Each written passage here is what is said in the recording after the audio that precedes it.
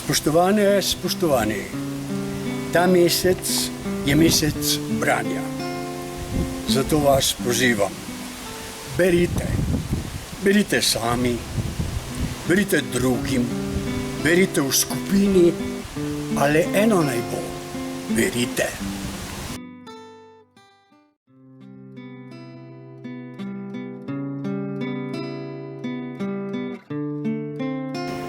Utrinek. Tako je jutro blizu, zdaj skoraj tu, a mrak nad tistim robom še lebdi. Odsev na barvastem okvirju slike riše prejšnje dni. Vzdih globok in neizgovorjena misel se v pol temi izgubi. Je bil večer res lep? Pomisli in povej. Še to. Skrivenčena podoba grma zakrije ptičev let, prhut peruti slišiš in nič več. Ušla je misel svetla, ostal je njen odlesk. Bom lahko ti rekel, bila nekje si vmes. Kdo ve? Nekje tam daleč v ozadju spomin se čuden skriva. Je sram to ali strah? Dovedel bi, če ne ti. Se res je to zgodilo? Je res bilo tako? Kaj pa, če je vse le utvara? A kdo ve?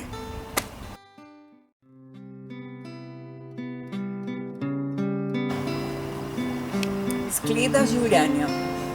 Kaplja za kapljo se polni nam skleda življenja.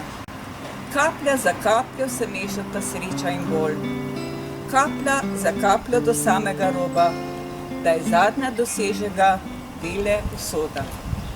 Zato veselimo se vsakega dneva, pa naj bo prijazen ali malo manj lep. Naj sreča srce nam često preveva, saj svet, kjer živimo, je vendarle lep.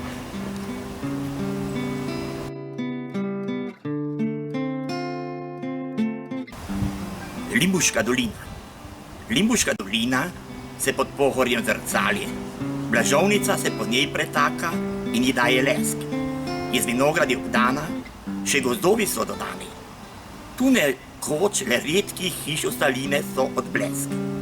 Ljudje jo graba Limbuška so poimenovali, a mož častitljivega spomina imenoval jo je dolina. A naj se še sedanji rod Limbuško dolino hvali, saj vredna bolj kot graba doline je spomina. Že sam nadvojvoda se Janez vanjo je zagledal, je posestvo tukaj kupil in ga v vzor postavil. Še cesarja Simka je povabil, da dolino je pogledal, ko se na Meranovem z dvorjani je ustavil. So nekoč po tej dolini volovske vprege tovore vozile. Redkej je videl kočijo je dolinec tukaj vstanejoči. Ko za svojo skrbjo obdeloval je vzorno urejene njive. Je potok kolo poganjal za mlin, če ligejo še delujoči. So po Limbuški dolini vino na cesarski dvor vozili, meniške zidanice in orlica so pečat posebnosti dajali. Zdaj po njej hiše nove so si modernejše ljudje zgradili. Sevinska cesta z vinogradniki ob njej lahko pohvali.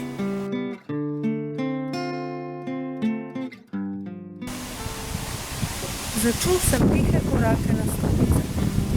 Prišla je mati. Stopala je počasi in varno, v roke je nesla skodelico kave.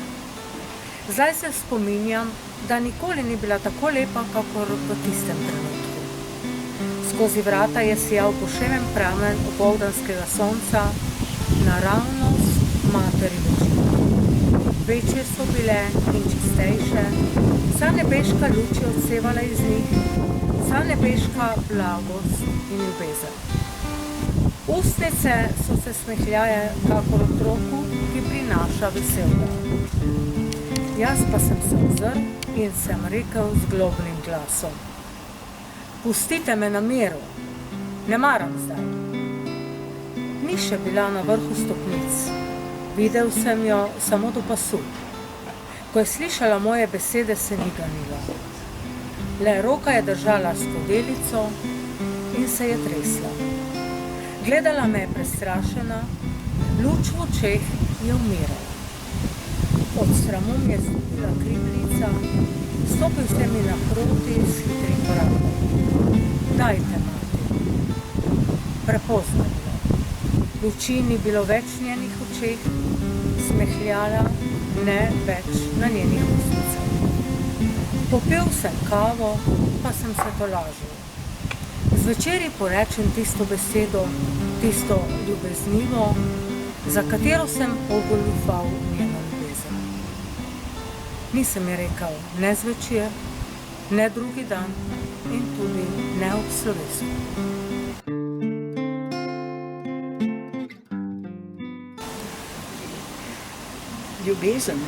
Ljubezen se nas skrivaj rodi, da sploh ne ve zase, od svetlih pogledov živi in tiho rase. Ljubezni cveti v očeh, zasanjana roža in nežnost ima v dlaneh, ki žale pomoža. Na ustnicah ji trepeta zamišljen vzdih in venomer se smehlja zlat sončni zajček na njih.